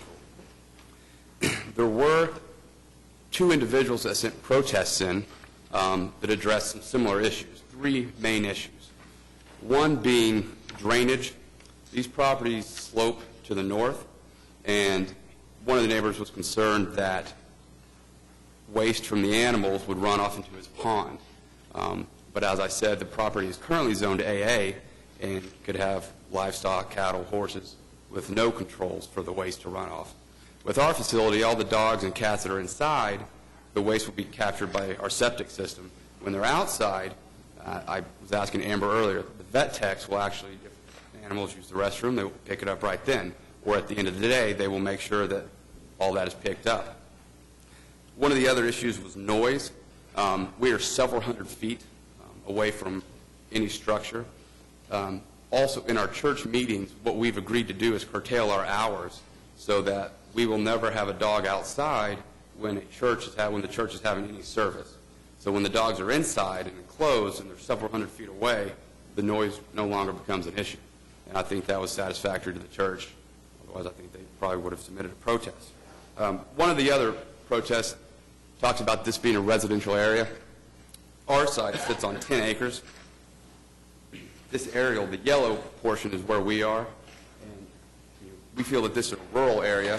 We're not putting this in the middle of a residential area, and that's why we think that our use of the subject is appropriate. We're here to answer any questions. There are, 7 TEs. On the TEs, the first one talks about the expansion of the proposed facility. I have amended the PUD to put a cap at 200, and that's as high as we're going to go. TE number 2 says no metal buildings, and it has to be 70% brick and 30% EIFS, stucco, etc. What we're asking to do, the front building will be metal, but the front and the sides will be brick or stone. What we would ask is that the back, which won't be visible from the right-of-way or the public, be allowed to stay metal. That'll be the dog area and won't be seen by the public. TE number 3, 4, and 5 deal with signs, and we have limited it to one sign, a ground monument sign, 8 feet, no EMD, and I've made those changes and resubmitted to staff in the PUD. 9.10 references a earlier version of the PUD that paragraph has been taken out as well. TE number 6, we've agreed to our approach being paved, and the parking will be paved. What we would ask is, from the paved approach to the parking, allow gravel. TE number 7, the setback shall be specified. I recently amended it, and it will be in excess of 340 feet setback from the road. So, in essence, we are in agreement with 1, 3, 4, 5, 6, and 7, and number 2, we would like to be amended, as I stated, to allow the back and where you can't see it to remain metal. I'm here to answer any questions. David, two things. One, when you and I spoke, you indicated that the animals would be inside at night. Yes, sir. Is that correct? Yes. Okay. Does your client own the property now, or is it? Yes, sir. Okay. What does at night mean? Does that mean 8 o'clock, 9 o'clock, 2 o'clock? 6 o'clock. The hours will be 8 to 6. So at 6 o'clock, the animals will be in their runs. And then on Saturdays and Sundays, the hours are 1 to 3. And that's mainly for folks that are leaving town and boarding their dogs to come and pick up when they get back in town. Well, maybe I don't understand the application. You said in their runs. Those are all inside? Yes, sir. In an enclosed structure? Yes, sir. Not outside? Correct. They will have, during the day, during the hours of operation, they will have the ability to be outside. Okay. But when there's no one there, they will all be enclosed. Okay, thanks. David, on the structures, the kennels, are those kennels up there? Yes, sir.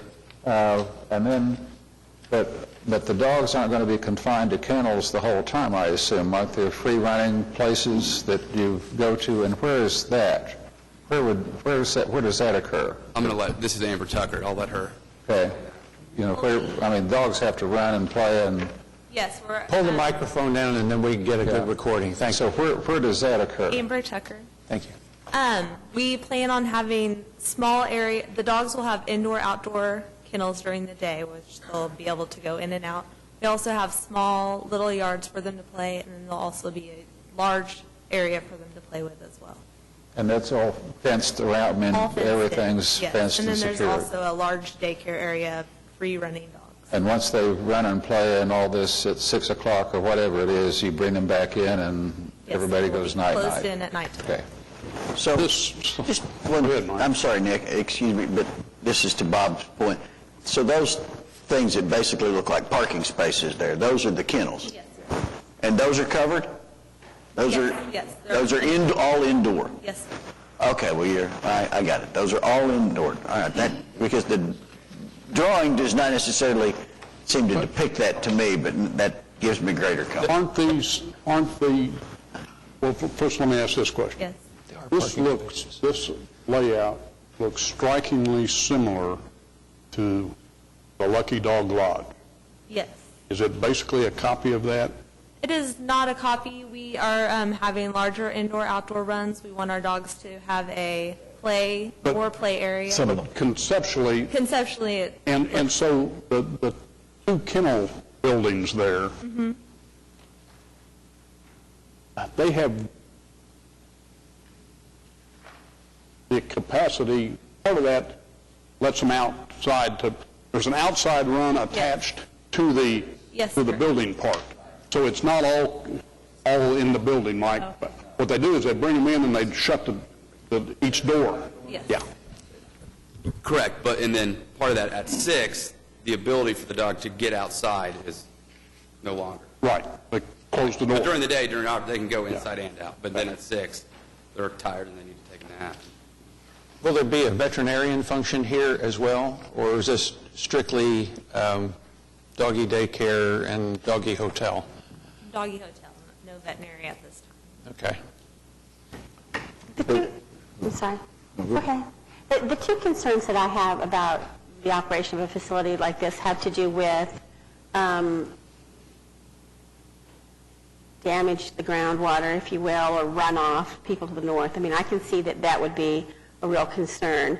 So I would like somebody from staff, if we have somebody who can, come to talk to us about whether what it is you're intending to do in terms of cleanup and so forth would be sufficient to mitigate any concerns. And then the other question I have is just about noise. You made reference to the fact that you're so far away. And my question is whether once the dogs are inside, I mean, outdoors during the day, I guess I can live with that, although 200 barking dogs would be a lot of barking dogs. But whether you have any ability to limit the noise from the facility other than the fact that they're indoors and you're X feet away from your neighbors. I mean, if you could address those two issues for me. Sure. To the first issue on runoff, as I had stated, when the dogs are outside, there will be employees that watch the dogs and pick up when the dogs do their business, or at the end of the day, kind of one last run to make sure that the outdoor area is cleaned up. When they're inside, we'll have a private septic system that all that will run to. To the issue of runoff to the other neighbors, as I said, this is zoned AA, and we could have livestock, horses, cows, other things that we wouldn't have to have anyone there picking up their stuff, and it would run off. So here, the runoff, at least there's someone who's going to be actively watching to pick that up, whereas right now, you can have whatever any animals you wanted out there. To the noise issue, I think that gets to the point that the pastor was initially worried about, and that's why he went to the Lucky Dog Lodge, and then he went to the neighbors and found that none of them had any issues. And if you've been to the Lucky Dog Lodge, it's just off of Broadway Extension, north of 63rd. It's kind of an industrial park where there are other buildings around there, and no neighbor had ever heard a dog or had any issues. So we don't think that the noise will be an issue. As you know, we're set back pretty far from the road. We're in excess of 300 feet from the church. There's nothing up here. So when they're inside and back tucked away, we don't think it will be an issue. And I think Amber would tell you, based on her experience, she used to work at the Lucky Dog Lodge, that noise isn't going to be an issue. Dennis, I was concerned about this application because of some of the issues you raised, as well as the letters we received, protest. I went out and looked at it, looked at surrounding areas, talked to some of the people out there, talked to one of the guys that wrote the support letter, Mr. Moore, I believe. Also, the neighbors out there are pretty far away from this, point one. Point two, what's already there, the real neighbors are the horses, the goats, and the turkeys they're raising out there. Very few people. I saw a lot of animals. Didn't see many people. And folks I was able to talk with are quite supportive. That was the point that I was going to make. in this area, because I'd asked David to do a couple of things. One, I wanted to know if the site now, the acres that they're on, if it's still covered with a good cover of grass. And then two, what was the approximate distance to the pond that was a question that it would be contaminating? The pond to the north? Yes. And while I was doing that also, go ahead. No, go ahead. I can tell you from the north property line is approximately 20 feet, and just eyeballing, I would say it's 100, 200 feet to that pond that Mr. Kennedy was concerned about. But his pond is north and west of where we're going to be. Okay. And one observation out there, to the east of the proposed site, and it always catches my eye because when you go by there, it's a person that's raising goats and horses, and it's completely scapt of any type of vegetation. It's just red dirt, and I mean, that's a number. I'd say I've seen as many as 25 or 30 goats and horses, and that's why. So if we're concerned about runoff, that would be more of a concern of both erosion runoff and that the ground has been grazed down to dirt. Well, this side still has the vegetation on it, and it don't have free range running, so it's more of a control. So that cleared it up for me when I looked at it. So I'm okay with it, with the modifications we talked about. David, just for clarification, tell me the hours of operation again. We'll do a TE8, which will include then in the PUD. Monday through Friday, the hours will be 8 to 6, and on Saturday and Sunday, 1 to 3. And at other times, the dogs will be inside? Correct. If the facility is not open, the dogs will be inside without the ability to get outside. Okay, so... Time that the church is having activities? Right, and that's why we made these hours. I asked the pastor, when do you have services? And he said, Wednesday it would be 6:30, so that's why we closed at 6. And on Sunday, he said we'd be done by 12:30, so that's why we started it at 1 on Sunday. Okay, so we'll have a TE8 to add to the, which will just indicate operating hours 8 to 6 Monday through Friday, 1 to 3 Saturday and Sunday. And a limit of 200 animals, which would be in response to TE number 1. Yes. Building exterior as described in TE 2 except for the north side. Correct. Is that correct? Yes. Okay. And you're okay with number 3. We no longer need number 4. Correct. You don't need number 5 because you don't want an EMD sign. Number 6 is okay as printed, as I recall. Correct. John, I'm sorry, you're saying we don't need number 5? I think we should leave it in. Well, we leave it in. I'm saying he's in agreement with it. I have already submitted a new document that states no EMD allowed. Yeah, and that's why I said we didn't need it. It's gone, basically. And then the setback of the kennel building from East Hefner Road is plus 340 feet. Correct. Okay, so those are now the TEs. Mr. Chairman, with the modification as you read for the Ts, I move approval of the application. Second. Okay, we have a motion and a second to approve item 14 as conditioned. Cast your votes. And you're approved. Nick, you're not... There we go. Thank you. Thank you very much. Item 15 is PUD 1432, an application by Hartwig Investments to rezone 16,300 North Council from AA to PUD 1432, Ward 8.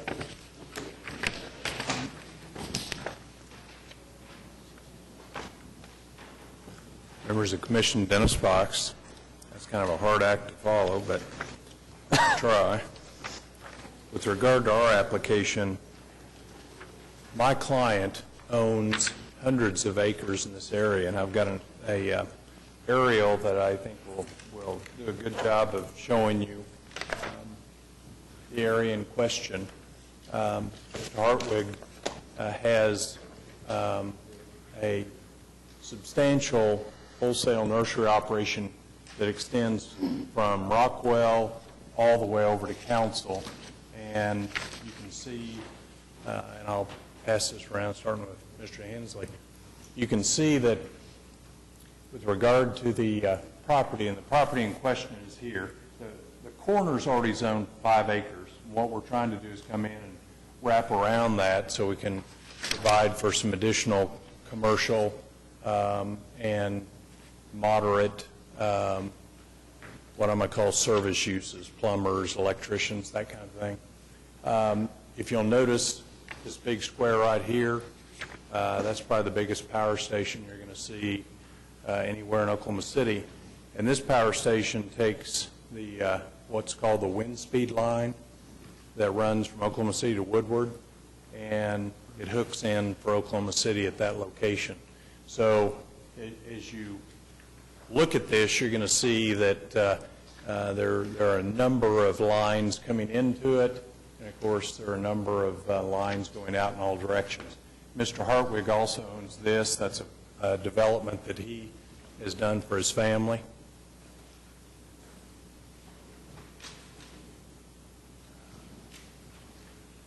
And this is an application that I want to thank the staff for working with us on. We've continued it several times. A couple things to note about this area, and I feel like I'm back at the City Council Planning Commission conference, but you know, the school system really does kind of drive this area, and you'll notice there are some homes being built to the south at a rate that's not what you typically find your 5, 10, 20, 50 acre tracts. It's actual subdivisions. And the middle of 164th Street is a dividing line for Oklahoma City. What's our goal? We'd like to capture the sales tax and benefit Oklahoma City. So when you look at that area, what you'll find is the surrounding uses are Mr. Hartwig's uses.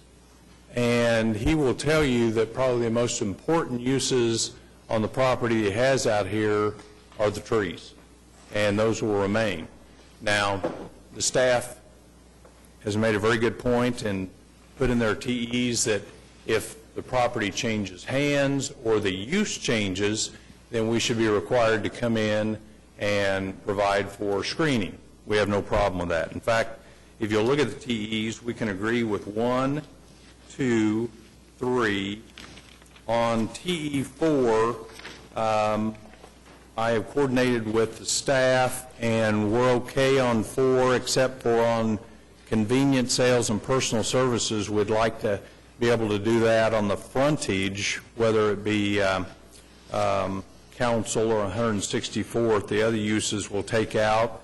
5, we're okay with taking those uses out, and 6 and 7 are okay. So long and the short is, if you look at this area, it is an area that, although it's on the edge of Oklahoma City, it's an area that's going to develop rapidly.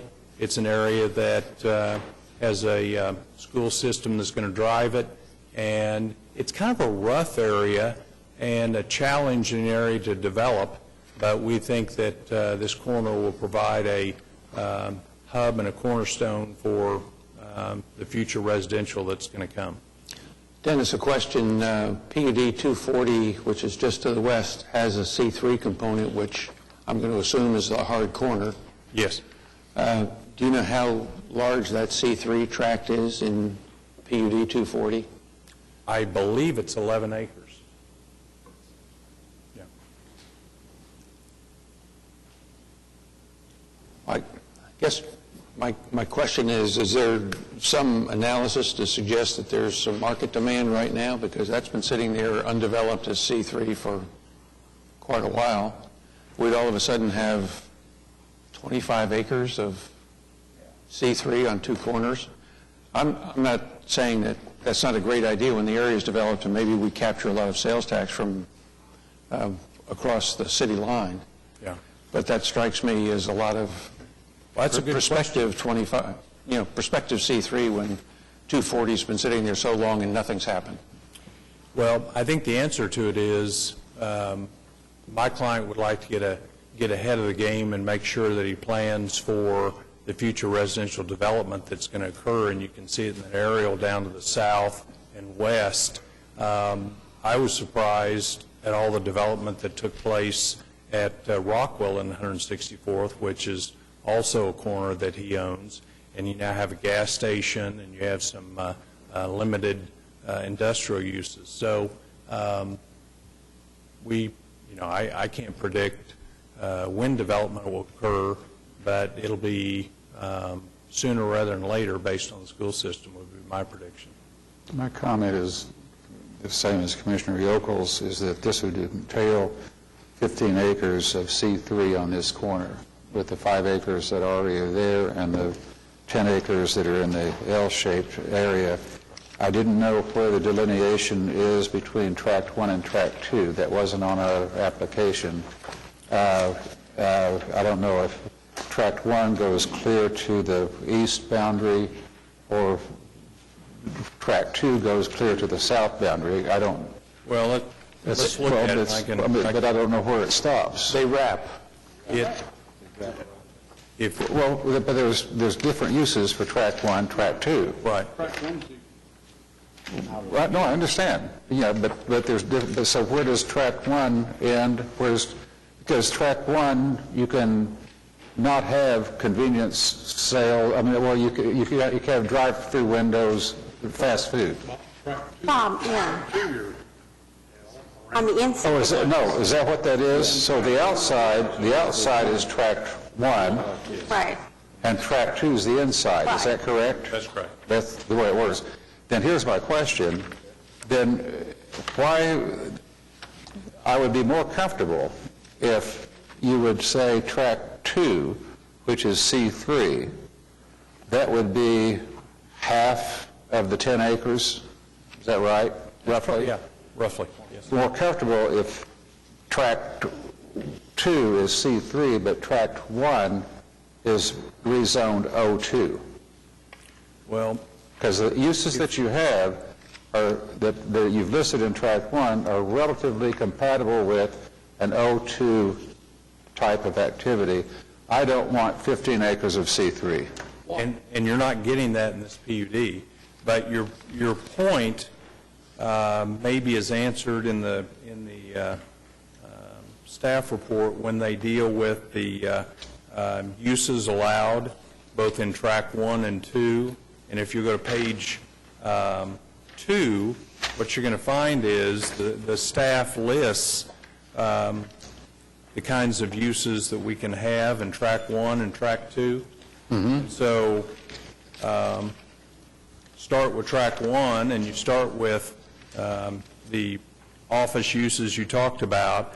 Staff asked me to take out the light industrial and the wholesaling, which we agreed to, and so I submit to you that, and limit convenience sales and personal services only to the section line roads. At that point, the uses you're talking about are close to office uses. But I guess that's my question. Why wouldn't it be O2? Well, they believe that you're going to have electricians and plumbers and service industry personnel that will want to have a shop and an office, and everything will be inside a building, but they'll want to wrap around here, and to limit it to just offices probably wouldn't be able to meet the market. And then you got to think, okay, who are we trying to protect? Well, we're trying to protect ourselves. We don't really know yet. That's but Commissioner Yokel's point. Here's the argument on this particular piece of land. And the aerial pretty much shows it. But if you go out there and look at it,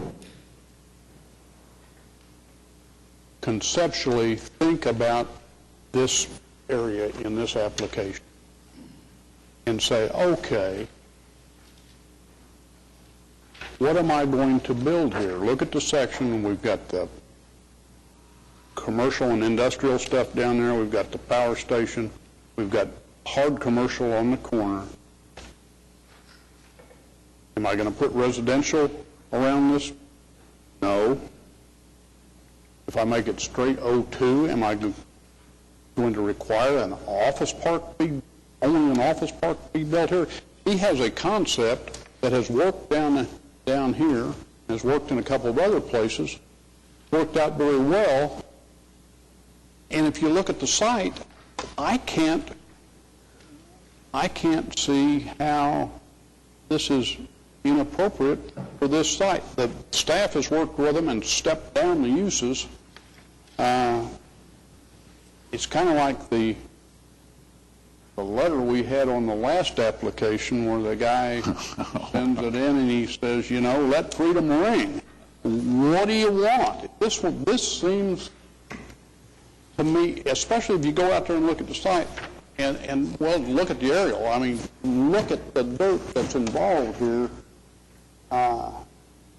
You know, it's great from a pie in the sky standpoint to say, oh, well, that'd be great to put some $500,000 homes there. Well, reality is not going to happen. Well, the reality is right across the street on the hard corner is 11 acres of C3. Okay, let me give you more reality. Right across the street this way, North is 2 full sections of unzoned land that anything can go in. It's agricultural right now. But do we have jurisdiction over that? Absolutely not. We don't at all, do we? No, that's my somebody point. else's. That's my whole point. We're all in a twit over this little corner when, as Dennis just said, what are you protecting from? You're protecting this guy from himself? Who owns this? Who owns all that up there? Who owns this down here? It's kind of like the old boy's letter. But the point that you make is the clearest, that I'll still maintain that when we do these corners, and we've made these issues in the past where we have massive amounts of C3 out there in goat pasture, but your point, the best point is north of this, it's Katie bar the door. Well, I agree with you on the corners deal. I've said that many times. Right. But if you look at this specific site, it doesn't fit that criteria. Probably so. And I do like the reduction of the uses. But the concept was, why isn't that O2, that bit right there? So I'm convinced about Commissioner Gale's argument. And Even not discussing Section 9.10 on signs? Boy, you really want to get into it, don't you? I thought that would prevent you. Ground signs. No, I loved it. I mean, it was great. Don't push your luck. Bob, my question to Dennis was as to timing and what was going on out there. I'm not opposed to this, but I think if we're going to have commercial corners, if we can stop sales tax bleeding in other jurisdictions, that's certainly got to be one of our goals. Yeah, and I think your question's good, and if you'll look at this little addition right here, that's a pretty good example of the kinds of homes that you're going to see starting in subdivisions as opposed to previously what you saw was either quarter sections or 10-acre tracts or 5-acre tracts. And, you know, as you all discussed at your conference, that's driven by schools. So.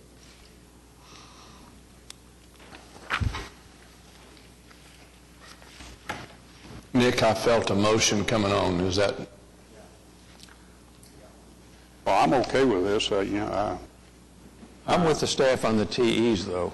I think Dennis is good with the TEs. Well, except that he wanted to put convenience sales back in Tract 1. And he's already got it in Tract 2. I don't understand that, Dennis. I mean, if that's a big deal, the commission will just take it out.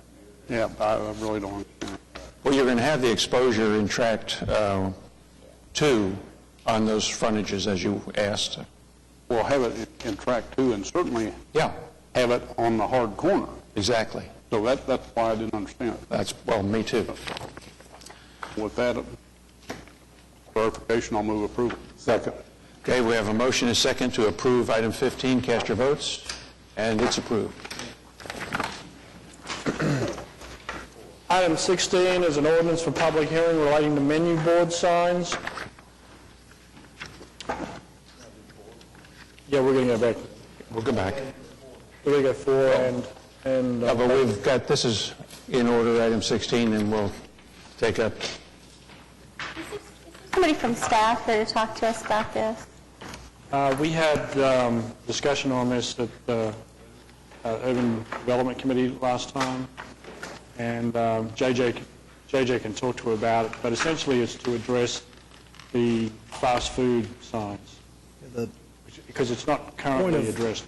Sale signs that you drive up and see from your car. Right. We don't have any regulations. The only concern that I have about this is that the fact that we're not putting a limit on the number of them.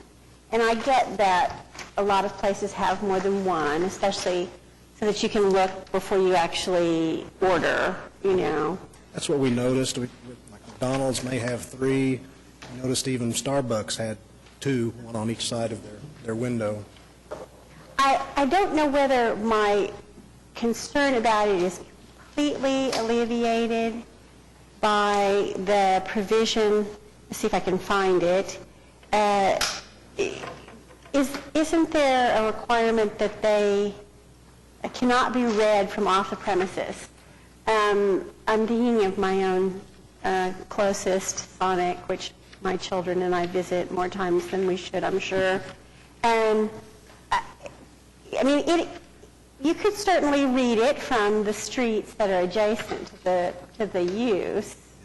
I think what we're getting at there is if the sign has some kind of a, like, I hate to pick on Taco Bell, but a big Taco Bell on top of the sign that's easily seen from the street, that's really intended to be advertising, we would take issue with that. Okay. I don't know. I think I would like to see some kind of a limit on the number of them. 2, 3, I get. I would hate for anybody to start putting up 5, 6, but maybe that's not a problem and therefore not something we need to address. I don't know. Well, I've been to McDonald's where they have 2 drive-through lanes, and if they require 3 at each lane, you're going to have 6 on the site, although they're generally away from the street to begin with. They typically start at the rear or toward the rear of a building and wrap around and come along the other side. So the other concern I have about them is just that, you know, some of them, if we're not going to control the number or the placement of them, my concern is about impact on neighbors and that kind of thing. So I don't know whether I have no problem with what we're doing here. I'm not sure it's quite enough. Maybe we need to just do this and see where it goes. I don't know. I'm trying to come up with a situation where I think I've seen it and it's been a problem. And I mean, when I think about the types of businesses that use these, which typically are those that have some sort of a drive-through or drive-in operation, I haven't seen it be a problem. So I mean, I'm sort of inclined to do what you suggest, which is approve this and then see what the experience is.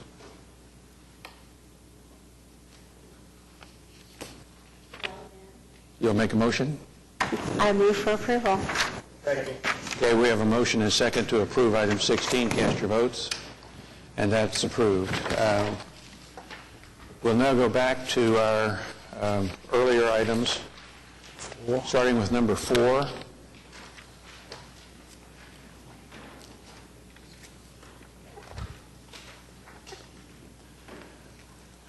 You have now read the Yes. technical evaluations, the staff recommendations? Yes, item 1 and 2, we read over 3 and 4. We say 1 and 2, yes. Number 2, we have a question on that. As far as the sign, can the sign be a wall-mounted one instead of having a monument sign? The sign regulations we put in PUDs generally only address freestanding signs, so they would be allowed any sign that C3 would allow on the building wall sign. So on the building will be fine? Okay. Now, you're not required to build a sign such as is described here, so if you don't want to build it, that's fine. Okay, great. And as far as the electronic message display, we're not going to have any of those? Okay? And, We'll strike that then? Delete that? Number 3, the dumpsters. As far as any repairs on the vehicles, they will be taken to repair shop. There's no repairs done there or anything. It's just the sales. But this relates to trash dumpsters. I I mean, anything you would typically throw in the trash. We're not talking about auto parts or anything like that. What this is addressing is if you're having Okay. Yes, uh-huh. Okay. I don't know, I'm asking. Yeah, okay.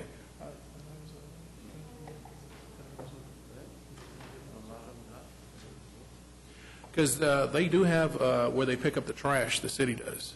Well, but the little carts you wheel out, we're not talking about that. Okay. We're talking about the Because there's no commercial. major stuff that we're throwing large amounts of, Right, of yeah. trash or anything like that, Okay. you know. Well, then that TE doesn't matter to you one way or the other. We'd like to leave it there in case you ever get a dumpster, but you don't have one, so it doesn't matter. Okay, all right. And as far as number 4, and we'll exit through the 44th Street. We don't Okay. have a problem exiting through the Phillip or anything like that. So basically, the only thing we need to change is striking the possibility of an EMD, because you're not going to have one. The other, huh? Okay. Well, yeah, just modify TE3 or TE2. Not allow for EMD signs, electronic No, signs. electronic signs, yeah. Yeah, so no EMD signs permitted. Okay. With that, Other than that, the TEs remain as written. with that modification, I'll move approval. Second. Okay, we have a motion to approve item 4 as amended. Cast your votes. And it is approved. Thank you. Thank you. Y'all have a great one. The other item we continue was item 11, which is PUD 1434. What did you learn, Dean? No loudspeakers. Okay. So there's a TE for no speakers. 8-foot fence across the east property line, taper down to 6 on the sides. That's TE2.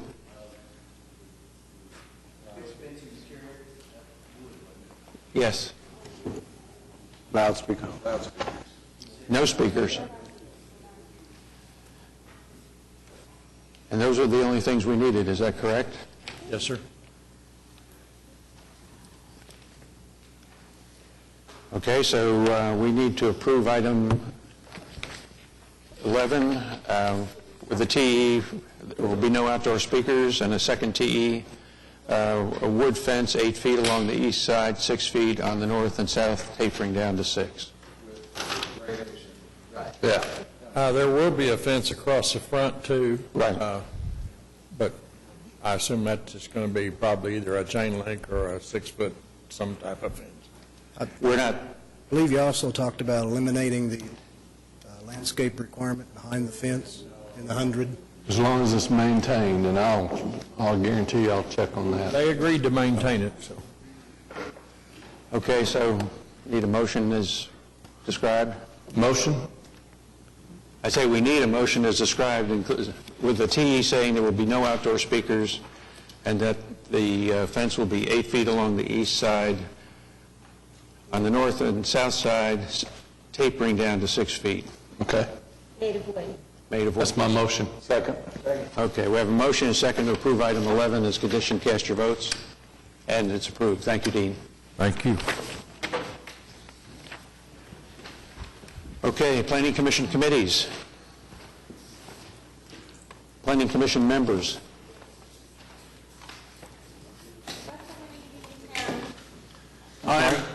I'm leaving next Friday, so JJ will sit up here, and Susan Miller will be acting in my place while I'm gone. Susan will also become an assistant director here come July the 1.